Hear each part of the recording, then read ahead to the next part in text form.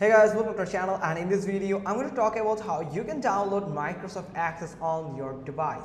So you can download the Microsoft Access when you actually purchase the Microsoft 365.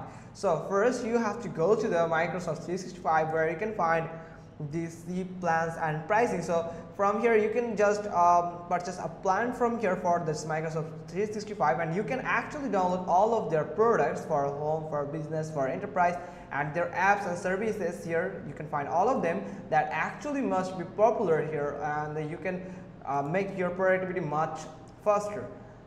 And if you want to try it for free, you can simply click on try for free, and here you can see you can start at your trial from here, or you can buy the Microsoft 365 now.